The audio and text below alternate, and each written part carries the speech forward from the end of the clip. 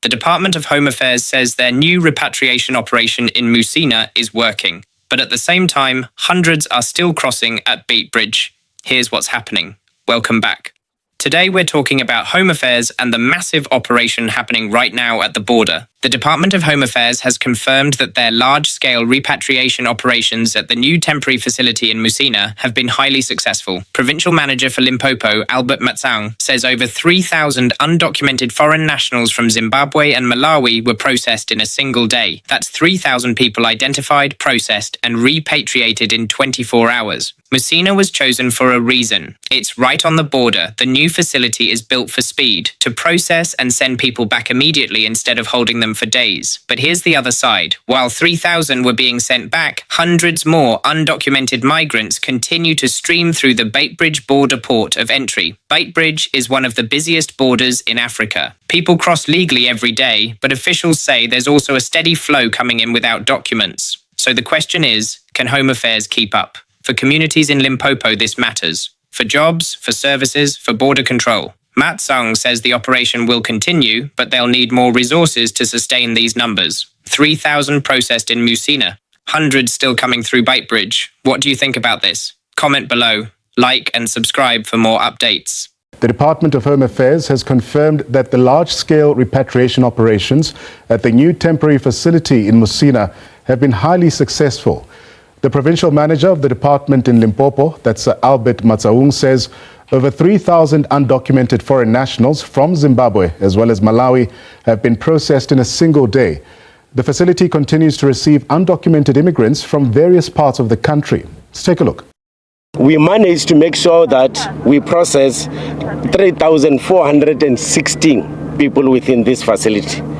And of those 3,416, we managed to make sure that 53 buses are used to move all these people to their countries. Of the 53 buses, 4 buses we have made sure that they assist us in terms of repatriating those people that were here from Zimbabwe, and 49 buses are the buses that we have used to make sure that we repatriate our people that are going to Malawi. We have ensured that we had a smooth movement in terms of the people from the repatriation center.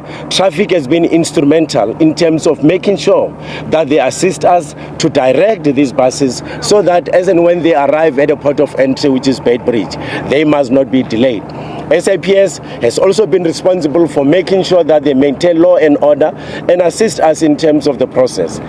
The Department of Health, they also played a major role, because from yesterday, what they managed to do is that they managed to make sure that they assist close to 150 people that were here. One of the incidents was an incident of a mother who have just given birth, that the Department of Health have assisted us in terms of dealing with that. We also have got colleagues from the BMA. They were monitoring the movement in terms of what is happening at the port of entry, and then they've confirmed that there is also a smooth movement. Consulates have been working hard with all of us just to make sure that they assist us in terms of making sure that they identify their nationals. What I can say is that we're working closely as stakeholders, and the summary in terms of what we are seeing here, we are seeing teams that are working together, teams that are representing their own department in line with all the members from the JCPS cluster. We have also NGOs that have also been instrumental. They are responsible and they've been assisting all the people that have been here with food. We've got colleagues from the Gift of the Givers, we've got colleagues from the Musina community, we've got NGOs, we've got IOMs that are also responsible for dealing with the issues of kids. So food are being taken care of. Those that have got challenges in terms of kids, they are also being assisted. Let's unpack this more and get a sense of what's happening on the ground. About 2,500 migrants were processed and repatriated yesterday as hundreds more continue to stream through the Beitbridge Border post in Musina. It comes as South Africa intensifies efforts to repatriate foreign nationals amid rising anti-immigration tensions. The Border Management Authority says buses and transport migrants from across the country to this Musina repatriation center, where operations are running around the clock. However, many migrants remain stranded while awaiting documentation as well as clearance to leave the country. More undocumented immigrants continue to trickle into the Musina repatriation center. Now, for the latest on the situation, we cross live to SABC News reporter Rendani Ralipaswa, who's standing by at the repatriation center in Musina. Rendani, we've heard from BMA commissioners, or rather officials from the BMA, who insist that the moving of foreign nationals or transportation is slightly more smoother right now. Give us a sense of what's happening there. At the Musina showgrounds where they were sleeping on the ground. Yes, indeed, you are right. We were able to speak to the officials, including the BMA, who were telling us that indeed the repatriation and the buses that are moving from the Musina repatriation center have been moving smoothly as they are working with traffic official. Right now, the Home Affairs officials are about to brief the media on their statistics. As you can see, they are getting ready. Mr. Albert Matsaung is about to speak to us just to give us statistics on what happened since morning till now, as we do understand that majority of undocumented immigrants are those from Malawi, and we saw more buses leaving here at the repatriation center going to Malawi, and we also saw that the buses leaving here, there were a bus that pegged before they were about to leave because there were 5 immigrants who did not have a stamp. Right now, let me bring in Mr. Albert Matsaung. All the viewers, I think in line with the previous briefing that we have made, an issue that was raised with us with regard to the South African child, the South African father, the non-South African mother, I just need to outline that. One, when it comes to the issue of citizenship determination, you become a citizen on the basis of either one or both of your parents being citizens. What does that mean?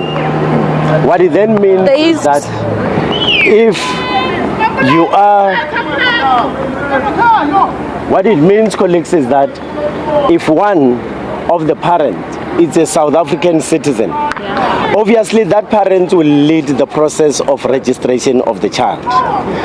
Now, the other issue is that if we have got, remember, the citizenship of a child will always follow that one of a parent. There is no child who can be a citizen of a country if none of his parents are a citizen of that country. So in this case, if both the two parents are non-South African citizens, even if you were born in South Africa, you do not become a South African citizen. You only become a South African citizen if either your mother or either your father is a South African citizen. But when you are born here, if you are a child born from 2 non-South African citizens, you still remain a non-South African citizen, and then you'll follow the citizenship of your parents. We've investigated the matter that was presented to us this morning at around 10. What we have noted is that, number one, there are 2 parents that gave birth to a child. Both the 2 parents are non-South African citizens. They are Zimbabweans. Now, what it means is that the child that they have, who is an 18-year-old, is a non-South African citizen. Then the parents of the child must make sure that this child is assisted to acquire the documentations that are linked to the country of origin, in this case being Zimbabwe. But now, on top of that, the 18-year-old has got a child, and that child, initially when it was presented to us, it was a child of a South African citizen. We took upon that as Home Affairs and immediately investigated the matter. We ended up directly engaging the alleged father. The alleged father, we've managed to communicate with the alleged father. We tried to check as to the process that this alleged father has followed. One, I can confirm that the alleged father is a South African citizen. I cannot be able to disclose the name of the South African citizen. It's a young man who said, yes, I've got a child with the Zimbabwe. I also do not want that child to go to Zimbabwe. I need the child to remain in South Africa. But I then advise that one of the issues here is that we checked first if the father has done his role in terms of making sure that he visits our offices. Confirmation that we are receiving is that the father has never been to Home Affairs. The father has never been to Home Affairs. The father took the street advices, and the street advices that were given to him was that he needs to go and look for a DNA testing, which is not the case. The child is 45 days old, and then we tried to check if it is possible for the father to avail himself to the center where we are, because where we are, we also have got mobile units that remain a mobile office of the Department of Home Affairs, which is fully capacitated with the officials.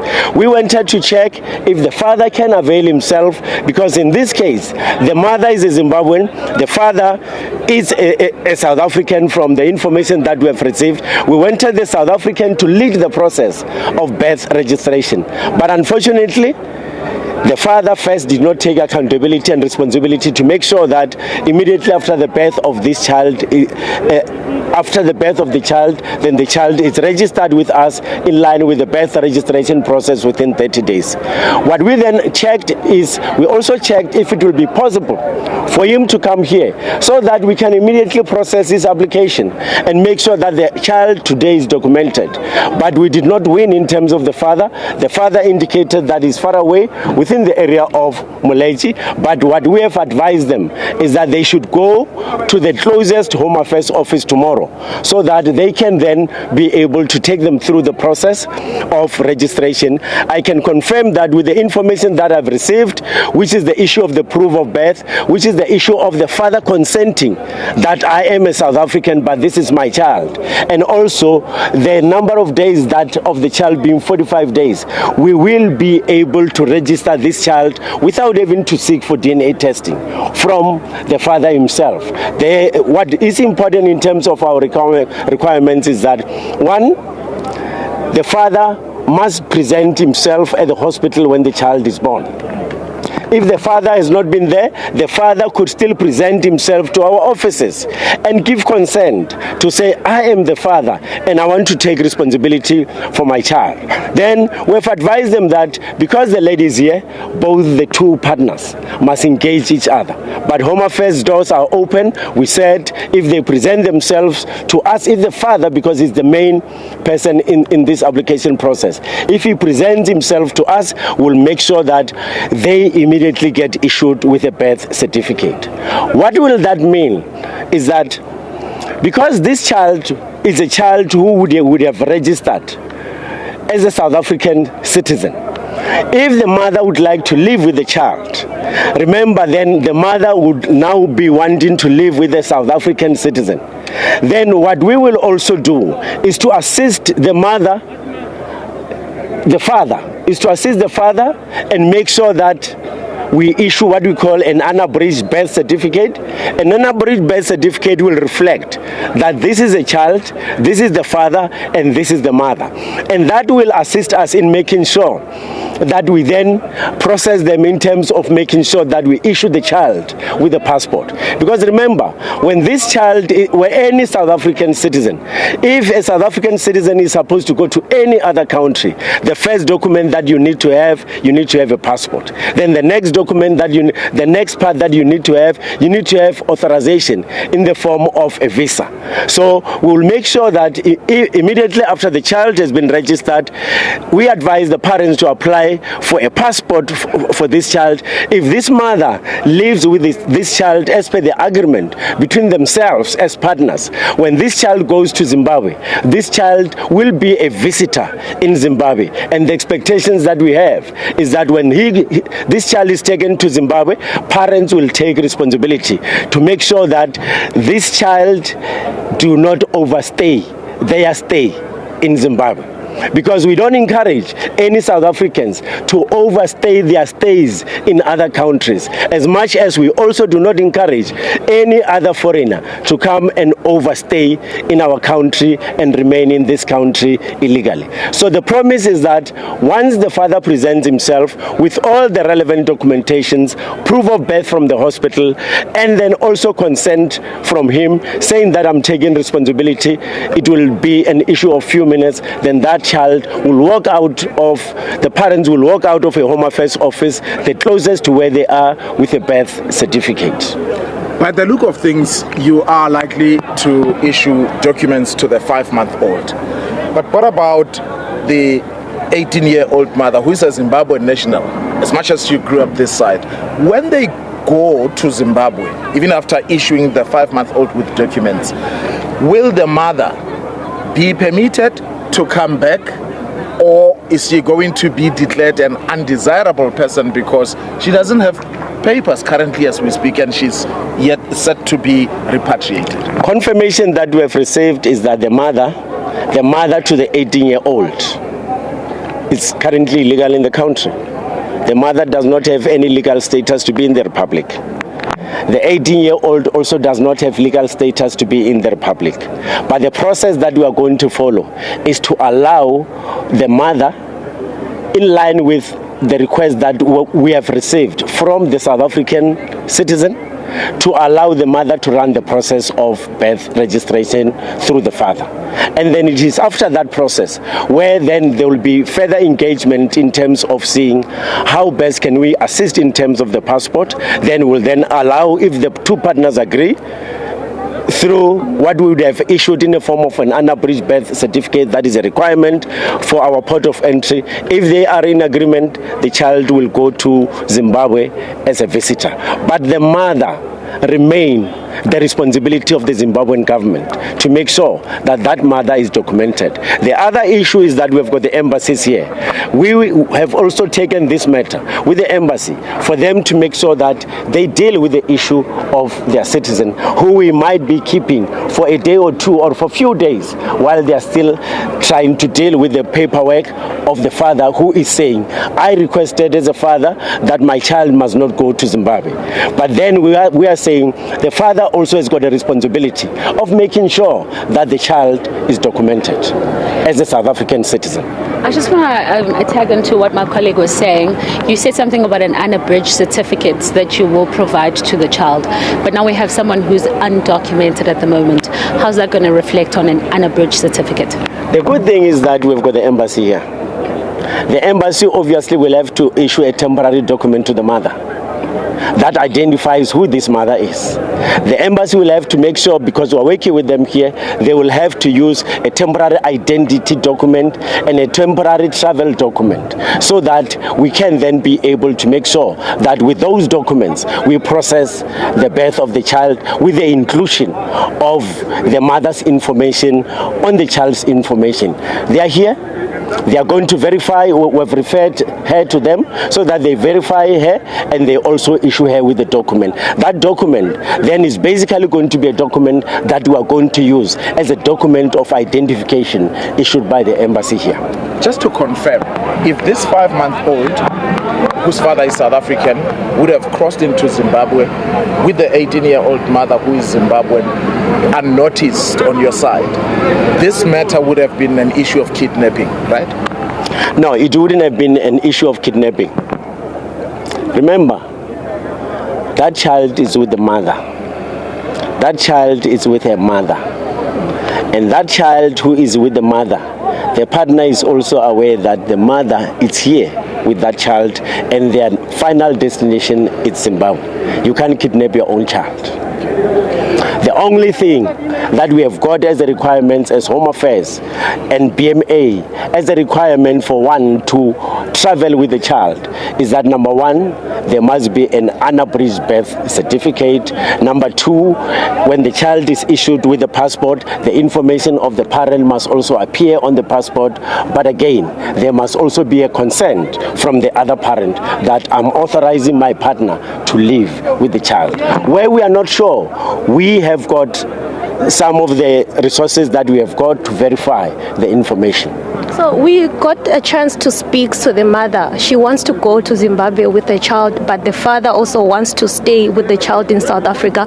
And he just said that the child will be a visitor in Zimbabwe. How long is the child supposed to stay in Zimbabwe as a visitor? Now, remember when a South African visits any country, what that country do, they will make a determination in terms of the number of days that they would like these people to be in their country. For instance, with us, if you are visiting South Africa, we give you a maximum of, we can give you 3 months, we can give you a month with all the SADC countries that are surrounding us. Then what it means is that the immigration of Zimbabwe will make a determination in line with the request that the parents are going to make. But that child will be going to Zimbabwe as a South African citizen who will be visiting Zimbabwe immediately after the father has ensured that the child is documented. Is the 18-year-old mother going to be declared undesirable person for having been born here without documents, lived her 18 years without documents, and is now heading to Zimbabwe? Remember, the 18-year-old is not a stateless child. Me and you have seen the mother. The 18-year-old might not have been to Zimbabwe, but the 18-year-old have got parents that are here and parents that have been living with her for 18 years in South Africa illegally. So she will still be declared. But there are processes that every person who has been declared, they can follow. We have got appeal processes that people can follow. They then request that we turn down the ban, and then as and when they are presented, those things are being attended to. What happens is that, obviously, when they go to the Zimbabwean side, if you have been declared undesirable, we have got the South African embassy in any country, and then if you have been declared undesirable, you can submit an application for an appeal. And the good thing now is that our appeal applications are also online. Let's talk about the numbers that you might have processed since you last gave us an update. Now, since this morning, we've managed to make sure that we load 14 buses. Remember, I said in the morning that we're planning to load 60 buses. Yesterday we loaded 53 buses. Now we've loaded already 14 buses. And when I look at the numbers that we've already loaded by now, they are over 1,000. But now the dominating element is still Malawians, but we have also ensured that out of the 16 buses, we've loaded 16 buses thus far. Out of the 16 buses that we have loaded, 4 are the buses that have been brought in by the Zimbabwean embassy.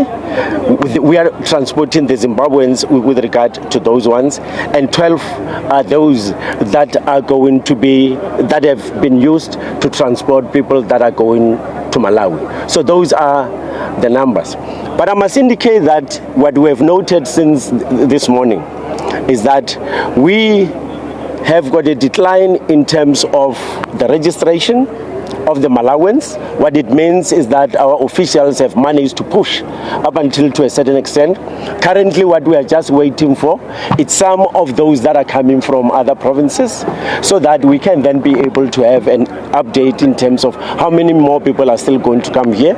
So the Malawians that wanted to go through the documentation, we've dealt with all the Malawians, but now the area where they are still queuing now is on the fingerprinting. Once we are done with the fingerprinting, you have seen the buses at the back, then we will then make sure that they are loaded to their country of origin. We still have got a sizable number of Zimbabweans. Teams are busy now processing the Zimbabweans through the normal process of fingerprinting and the information verification. Police also are now busy with trying to deal with the issues of the morphotage, just to check if there are some criminal acts. But I must also indicate that our colleagues from the police, since the last briefing, they've managed to pick up one case. It's a case of murder that they've managed to pick it up. Now they managed to make sure that that suspect is put aside. They are dealing with that. That is one of the discoveries that was made immediately after the first briefing. The second thing that we also need to indicate is what is coming from the Department of Health. We've been briefed that from the Department of Health that there are buses that are moving from Cape Town. Apparently what they've picked up is that these people have been picked up to be having diarrhea, and then we are monitoring those buses as and when they are on their way to check as to if there is any other thing that still needs immigration services, so that we can then be able to assist them in terms of whatever is required while they are still on their way, while our colleagues from the Department of Health deals with the health-related issues and the diarrhea story. Yeah. That is what we've just picked up from health. From BMA side, I think the information that we have received is that everything is flowing at a port of entry. We don't have issues. Buses are being cleared. Embassies are complying in terms of their passport list, and there is an easy flow, and traffic is continuously assisting in terms of making sure that they escort these buses so that they could not have multiple stops. Just on the side of the people that are coming from the buses from Cape Town, if they have diarrhea, do they still come to the center? How are you dealing with that? How will you deal with that? Now, in terms of those people that, remember in the morning, and even now, health confirmed that they did their work within the center. They did not pick up anything. They did not pick up anything. Now, what we have picked up is that these buses that are coming from Cape Town, obviously, what we are going to do, we are going to make sure that they are processed on their way here, so that they cannot be coming to the center. Remember, those are the buses that are earmarked for Zimbabwe. What it means is that they were supposed to be taking those people to Zimbabwe. What we are going to do, remember, there are buses that as and when they are coming here, you might find that our officials in provinces have processed those buses. So we'll check if those buses are in compliance in terms of them having to cross. Health will also do their part, but BMA will also deal with some of the issues that are linked to their space. Rena here at the center, if there are documentations that we need to assist them with, we'll assist them with, so that there could be that easy flow without them having to be here. I'll come back to the issue of the arrest that you made of the man who was wanted for murder.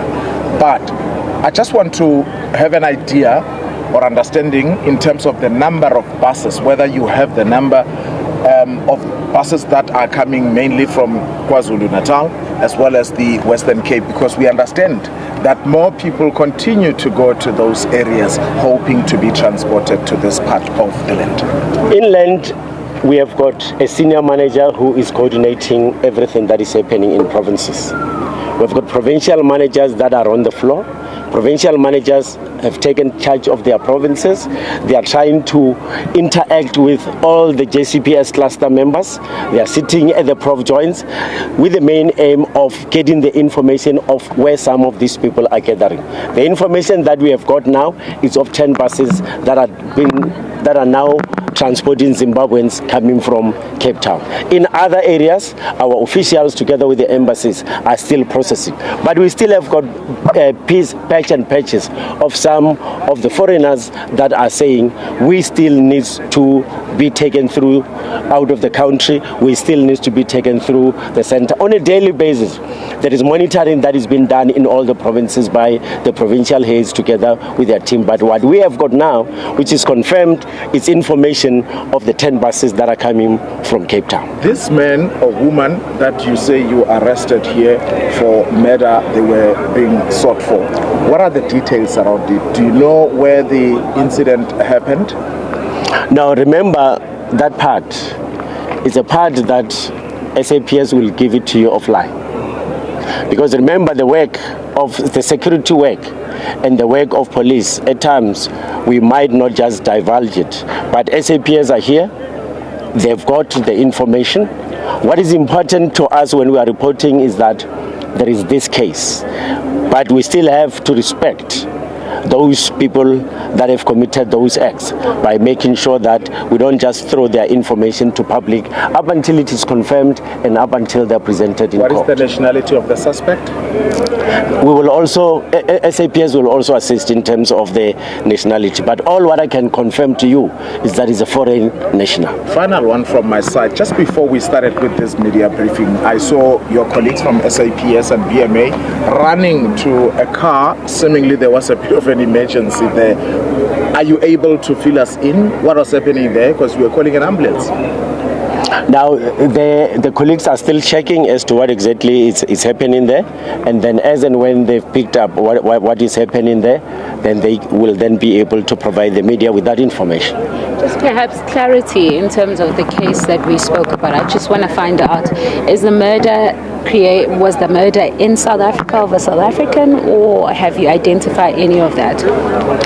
I think we can't be able to divulge that. What is important is there is a foreigner who, through the automated system, the technology that we are talking about, that it assists us to do our work, that assisted SAPS to be able to pick up that there is one suspect.